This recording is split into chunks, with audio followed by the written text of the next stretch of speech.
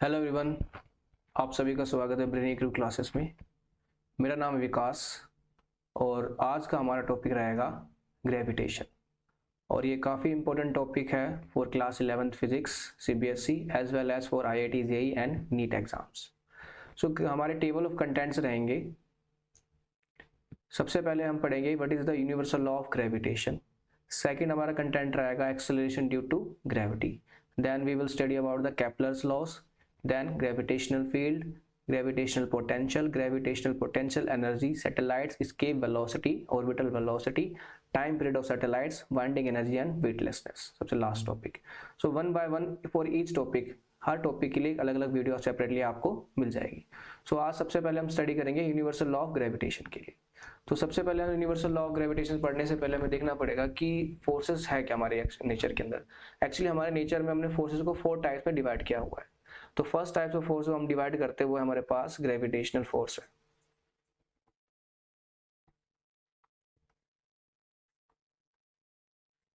This is the first type of force. Second type of force हमारे पास होते हैं, इसे बोलते हैं इलेक्ट्रोमैग्नेटिक फोर्स है। थर्ड हमारे पास है जिसे बोलते हैं स्ट्रॉन्ग इंटरेक्शंस,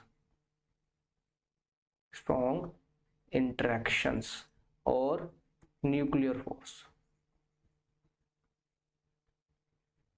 फोर्थ हमारे पास है वीक इंटरेक्शंस।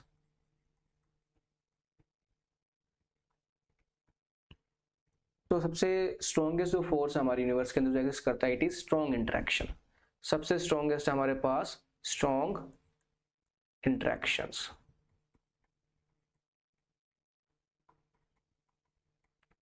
और किसके बीच में एग्जिस्ट करता है? It exist between the nucleons. Nucleons मतलब प्रोटॉन्स एंड न्यूट्रॉन्स के बीच में। न्यूक्लियस के अंदर जो भी पार्टिकल्स होते हैं उनके बीच में जो बाइंडिंग फोर्स होता है वही क्या होता है हमारे पास स्ट्रॉन्ग इंटरेक्शन है। तो it is the strongest force in the nature. उसके बाद हमारे पास जो सेकंड टाइप ऑफ फोर्स है which is electromagnetic force. So electromagnetic force exist करता है किसके बीच में? हमारे बीच में जैसे मान लो कि चार्ज पार्टिकल्स है, इलेक्ट्रॉन्स है, प्रोटॉन्स है, इनके बीच में जो पॉजिटिव चार्ज या नेगेटिव चार्ज पार्टिकल्स के बीच में एग्जिस्ट करता है वो क्या है? इलेक्ट्रोमैग्नेटिक फोर्स है। साथ के साथ जो मैग्नेटिक फोर्स होता है वो भी क्या है? इसी का एक टाइप है। So these are the electromagnetic forces. फिर third type of force which is weak interaction which exist between the gaseous molecules, weak interactions.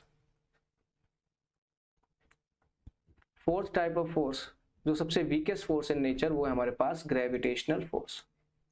Gravitational force though it exist between the planets, suns, stars, galaxies, black holes, उसके बाद भी ये क्या हमारे पास सबसे weakest force है पूरे nature के अंदर। बट इसकी जो रेंज है सबसे लॉन्गेस्ट है। मीनिंग क्या है यहाँ पे? इसका जो रेंज ऑफ ऑर्डर है मतलब ये सबसे ज्यादा एग्जिस्ट करता है सबसे ज्यादा डिस्टेंसेस पे भी। फॉर एग्जाम्पल सन और अर्थ काफी बीच में काफी डिस्टेंस है, फिर भी उनके बीच में ये क्या है हमारे पास ग्रेविटेशनल फोर्स एग्जिस्ट करता है। सो it is longest order, so longest range force, but it is weakest in the nature. But हमें इस चैप्टर में खाली ग्रेविटेशनल फोर्स को ही डिस्कस करना है।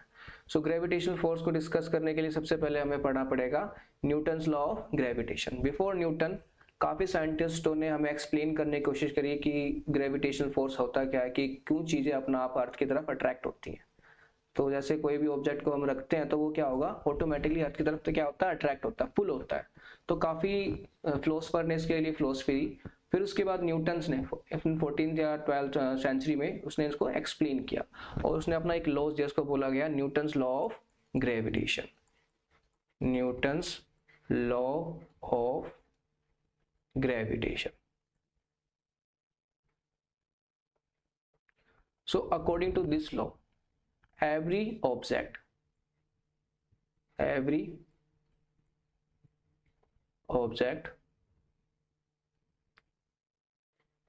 in this universe attracts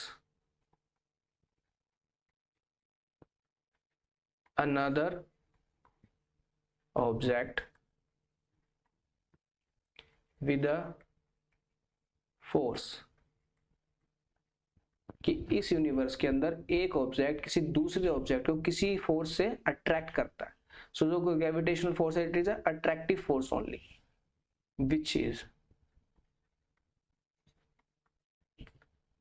directly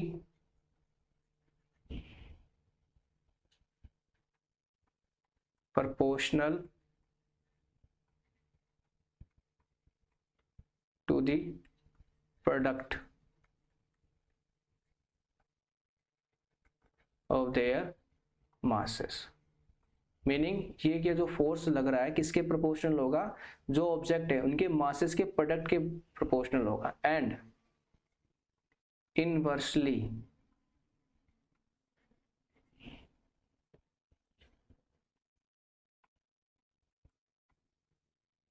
proportional to the square of distance between their centers. Meaning क्या है कि अगर हमारे पास कोई एक प्लैनेट या कोई बॉडी जिसका मास हमने सपोज किया m1, एक अनदर बॉडी जिसका मास हमारे पास है m2, और इन दोनों बॉडीज के सेंटर है, तो सेंटर बोल सकते हो आप, किसी भी बॉडी का सेंटर ऑफ मास बोल सकते हैं। अगर हमारे पास एक स्फेरिकल बॉडी नहीं है, किसी भी टाइप की रिजिड बॉडी है, तो उसका क्या होगा, उसका सेंटर ऑफ मास बोले, उसका सेंटर, इन दोनों के बीच में तो डिस्टेंस होगा, हमने अज्यूम करें it is t. So according to law of gravitation, सबसे पहले क्या बताया था कि जिन दोनों के बीच में जब कोई फोर्स लग रहा होगा विच इज अट्रैक्टिव फोर्स, एक दूसरे को ये पुल कर रहे हैं, attractive force, and that attractive force is directly proportional to the product of their masses. मतलब इनका जो masses है उनका product के proportional होगा, and inversely proportional to the square of distance between their center, कि इन दोनों के बीच में, इनके centers के बीच में जो distance है उसके square के inversely proportional होगा. So अगर मैं combine करता हूँ इन दोनों equations को, so we can say कि F is directly proportional to m1 m2 divide by d square. अगर मैं, तो ये क्या हमारे पास proportionality, to remove the constant, to remove the sign of proportionality, हम क्या लिखेंगे, f is equal to capital C m1 m2 divide by d square. So हमने क्या था, प्रोपोर्शनलिटी को हटाने के लिए क्या करा, प्रोपोर्शनलिटी के कांस्टेंट यूज करा which is capital G, and this capital G is defined as the, it is called the universal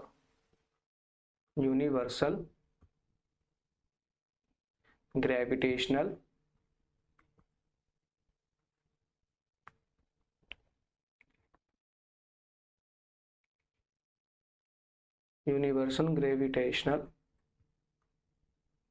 constant. और इस ग्रेविटेशनल कांस्टेंट की जो वैल्यू है, it is find out to be 6.675 into 10⁻⁻11 newton metre square per kilogram square. So यहाँ पे जो G है हमारे पास, it is universal gravitational constant. अच्छा, और साथ के साथ आपको देख के लग रहा होगा कि इट हैज आल्सो यूनिट, तो अगर इसकी यूनिट है तो इसके क्या होंगे, डायमेंशंस भी होंगे. So dimensions of G, so dimension of G are, so MLT हम लिखेंगे. So it is newton metre square per kilogram square. So हमें पता है कि एक न्यूटन किसके बराबर होता है, it is equal to kilogram metre per second square. Metre square यहाँ पे मीटर स्क्वायर एंड किलोग्राम -2. अब यहाँ पे क्या था, हमने इन सबको इसकी बेस यूनिट में कन्वर्ट कर दिया है.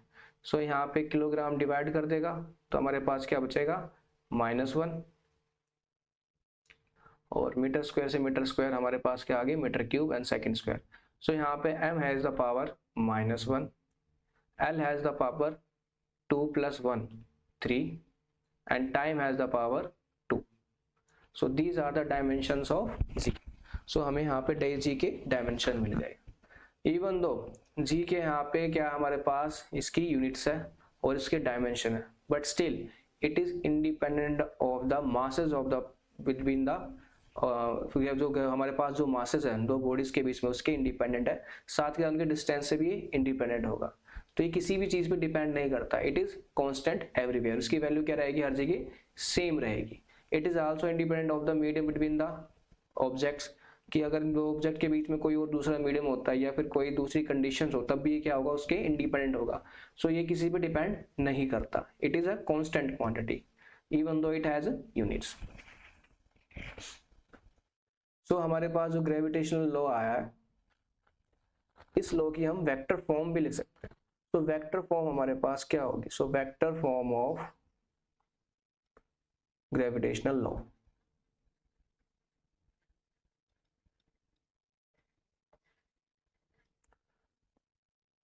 सो अगर हमारे पास ये मास m1 है और ये मास m2 है, सो जो मास m1 है m2 की तरफ कोई फोर्स लगा रहा होगा, अट्रैक्टिव फोर्स। सो सपोज करो ये फोर्स हमारे पास क्या था, वेक्टर F12, तो इस डायरेक्शन में लग रहा होगा। सिमिलरली जो मास 2 है वो 1 पे कोई फोर्स लगा रहा होगा। सो दोनों के दोनों क्या लगा रहे हैं, एक दूसरे पे अपोजिट डायरेक्शन में इक्वल फोर्स लगा रहे हैं। सो यहाँ से हम बोल सकते हैं कि vector F12 is equal to vector 21। So ये क्या है, एक दूसरे पे इक्वल एंड अपोजिट फोर्स लगा रहे हैं। सो जो वेक्टर F1 होगा, F12 it is equal to capital Z m1 m2 divide by distance between their centre is r square. अब यहाँ पे क्या है हमारे पास r स्क्वायर है। अब r तो क्या इन दोनों के बीच में डिस्टेंस हो गया यहाँ से लेके यहाँ तक का, बट ये भी क्या हमारे पास एक वेक्टर है। वेक्टर कैसे होगा कि इसकी हमें डायरेक्शन देनी होगी। तो अगर मैं एक यहाँ पे इसका डायरेक्शन वेक्टर यूज करूँ साथ में लिखने के लिए, विच इज आर कैप। अगर ये डिस्टेंस किसका हमारे पास 1 से लेके 2 तक का डिस्टेंस है फॉर फोर्स 1 2, सो मैं यहाँ क्या लिखूंगा R12 कैप, और साथ के साथ इसके डिवाइड करना पड़ेगा उसके मैग्नीट्यूड से। सो हमें यहाँ पे मिलता है capital G m1 m2 divide bye R12 cube, क्योंकि इसके साथ मल्टीप्लाई होगी, इसका मैग्नीट्यूड था, multiply by R12 vector cap unit vector, क्योंकि ये क्या बता रहा है, इस वेक्टर की डायरेक्शन बता रहा है। तो ये क्या हमारे पास F12। सिमिलरली F21 वेक्टर जो हमारे पास होगा, it is equal to G m1 m2 multiply by R21 unit vector divide by R21 cube. So ये हमारे पास यूनिवर्सल लॉ ऑफ ग्रेविटेशन की वेक्टर फॉर्म, क्योंकि यहाँ पे ये क्या है, इट इज अट्रैक्टिव। सो इससे हम क्या बोल सकते हैं कि जो हमारे पास ग्रेविटेशन फोर्स है, it is attractive force only. साथ के साथ it is independent of the medium, independent of the medium. For example जैसे हमारे पास जो इलेक्ट्रोमैग्नेटिक फोर्सेस होते हैं, जैसे मैग्नेट्स के बीच में एग्जिस्ट करता है या फिर जो चार्ज पार्टिकल्स के बीच में एग्जिस्ट करता है, it depends on the medium, कि वो किस पर डिपेंड करता है, उसके मीडियम पे डिपेंड करता है। बट जो ग्रेविटेशनल फोर्स होता है, it is independent of the medium. मतलब क्या है, इसको चाहे आप किसी दो बॉडीज के बीच में अगर कोई फोर्स एग्जिस्ट करता है विच ग्रेविटेशनल फोर्स, तो वो क्या होगा, उसके मीडियम पे डिपेंड नहीं करेगा, it will B same everywhere. कहीं चाहे आप उन बॉडीज को पानी में डाल लो, किसी और लिक्विड में डाल लो, किसी और डेंसिटी की किसी और ऑब्जेक्ट में डाल लो, तब भी उनके बीच में जो ग्रेविटेशनल फोर्स क्या रहेगा, सेम ही रहेगा। सो हमारे पास जो क्या है gravitational force, it is independent of the medium. Third point जो आएगा हमारे पास ग्रेविटेशनल फोर्स के लिए, कि it only holds for point masses, कि it holds only for point masses. इसका मतलब क्या है कि जो ये फोर्स है, जो ग्रेविटेशनल फोर्स है, इसको किसके बीच में एग्जिस्ट करता है, सिर्फ पॉइंट मासेस के बीच में एग्जिस्ट करता है। अब इतने बड़े बड़े प्लैनेट्स है, सन्स है, स्टार्स है, हमको क्या करना होता है, उनको एक पॉइंट मास ही कंसीडर करके इस फोर्स को, इस लॉ को लगाना होता है, तो तभी वो वैलिड होते हैं। अब यहाँ पे पॉइंट मासेस कैसे मानेंगे, हम जनरली क्या करते हैं, किसी बॉडी के सेंटर ऑफ मास को इसका पॉइंट मास मानते हैं, और उसके सेंटर ऑफ मास से दूसरी बॉडी के सेंटर ऑफ मास के डिस्टेंस को हम कंसीडर करते हैं, तो इसलिए it is also a central force. ये क्या हमारे पास एक सेंट्रल फोर्स भी है। सेंट्रल फोर्स मतलब it acts only between the centres of the body. Next, it is a conservative force.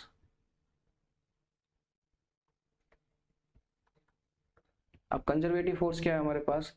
Conservative वो फोर्स होते हैं जो हमारे पास इंडिपेंडेंट ऑफ द पाथ होते हैं। अब जैसे फॉर एग्जांपल हमारे पास है फ्रिक्शनल फोर्स।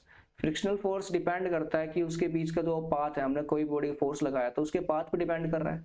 बट यहाँ पे जो ग्रेविटेशनल फोर्स है it is independent of the path, किसी भी ऑब्जेक्ट के बीच में जो पाथ होगा उस पर डिपेंड नहीं करेगा। ठीक है, it is independent of the path of the objects, या फिर इनके बीच में जो भी डिस्टेंस है। It only depends on the end points, मतलब जो पार्टिकल m1 है और दूसरा पार्टिकल m2 है, इनके जो एंड पॉइंट्स है उसके ही उस पर ही डिपेंड करेगा खाली, ये किसके पाथ पे डिपेंड नहीं करेगा। और इस टाइप के फोर्सेस को हम क्या बोलते हैं? Conservative forces. सो ये हो गया हमारे पास ग्रेविटेशन लॉ। उसके बाद जो नेक्स्ट है हमारे पास, उसको बोलते हैं null point due to system of two masses. Null point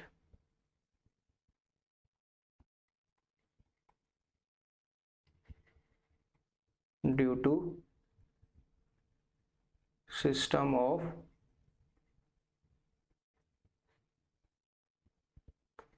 two masses. Null point का मतलब क्या है कि अगर एक बॉडी दूसरी बॉडी को अट्रैक्ट करती है तो उन दोनों बॉडीज के बीच में एक पॉइंट ऐसा होगा जहां पे वो दोनों बॉडीज एक दूसरे पे equal and opposite point force लगाएगी। सो वहां पे क्या होगा? रिजल्टेंट ऑफ फोर्स क्या होगा? वो जीरो होगा। सो अगर मान लो कि ये हमारे पास कोई प्लेनेट है, सपोज करो this is moon and this is earth, और इन दोनों के बीच में जो डिस्टेंस के सेंटर में हमारे पास, वो हमने कंसिडर कर लिया r। सो इन दोनों सेंटर्स मतलब जो डिस्टेंस है कि इनके बीच में एक पॉइंट ऐसा एग्जिस्ट करेगा जहां पे मून का और ग्रेविटेशनल पुल ऑफ अर्थ दोनों क्या होंगे? इक्वल फोर्स लगा रहे होंगे, और ये क्या होगा? एक स्टेबल पॉइंट होगा, और इसे क्या बोलते हैं हम? नल पॉइंट बोलते हैं। जहां पे क्या होगा? दोनों तरफ से इक्वल फोर्स लग रहा होगा और यहाँ पे बॉडी क्या होगी? स्टेबल होगी। सो इसे क्या बोलेंगे हम? नल पॉइंट बोलेंगे। तो सपोज करो इस पॉइंट को हमने क्या नाम दिया? P नाम दिया, और इस पॉइंट P का मून से डिस्टेंस हमने कंसीडर किया x, and let's consider the mass of the moon भी m1 and mass of earth भी m2। और जो distance between moon and earth and that point मतलब m2 और पॉइंट P के बीच डिस्टेंस क्या होगा? वो हमारे पास होगा r माइनस x।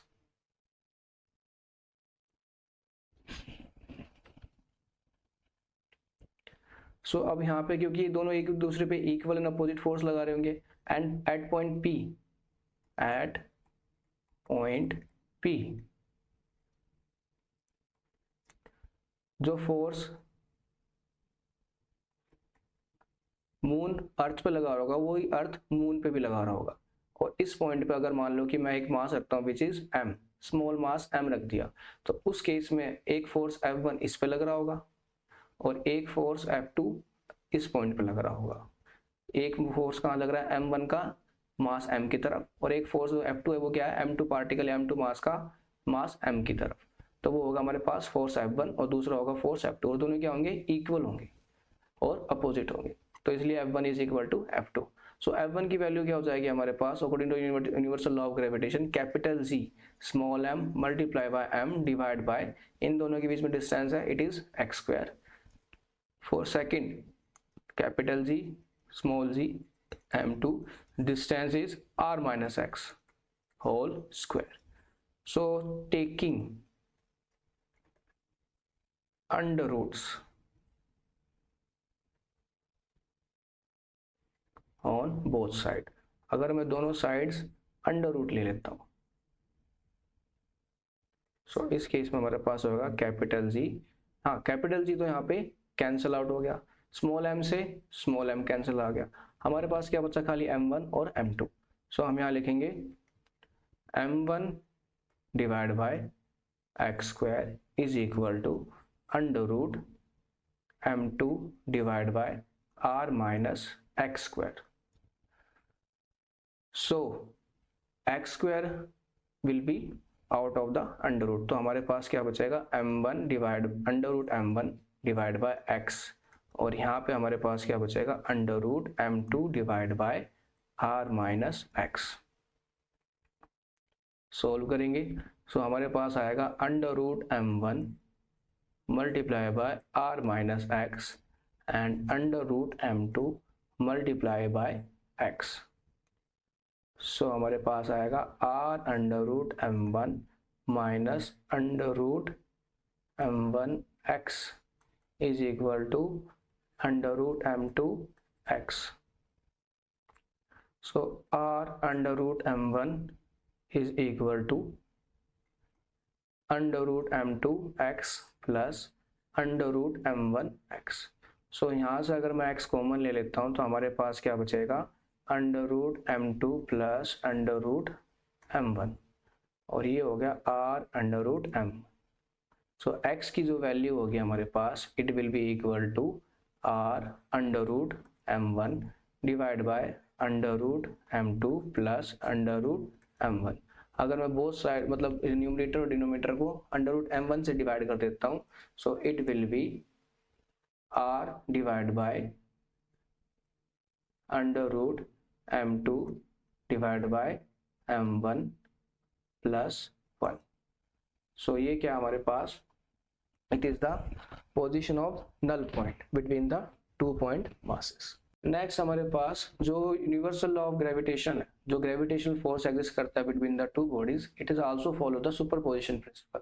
इसका मतलब क्या है कि अगर किसी भी पॉइंट मासेस, मान लो कि एक मास हमारे पास m है और उसके अराउंड अगर मैं यहाँ पे different masses m1, m2, m3 and m4 रख देता हूँ, तो उस केस में ईच पार्टिकल m पे एक फोर्स लगाएगा। तो हर पार्टिकल अगर यहाँ पे इसका डिस्टेंस क्या है हमारे पास r1, इसका डिस्टेंस r2, r3, r4, सो हर फोर्स क्या लगाएगा, एक फोर्स लगाएगा हर पार्टिकल। तो इस पर अगर फोर्स F1 लग रहा है, ये फोर्स F2 लगाएगा, ये फोर्स F3 लगाएगा, तो ये फोर्स F4 लगाएगा। तो जो m पे जो F नेट होगा, टोटल इफेक्टिव फोर्स होगा, it is equal to vector sum of all the forces.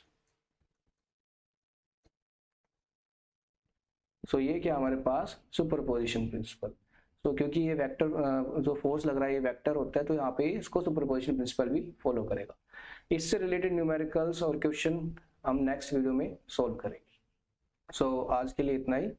Thank you guys, please subscribe to our channel.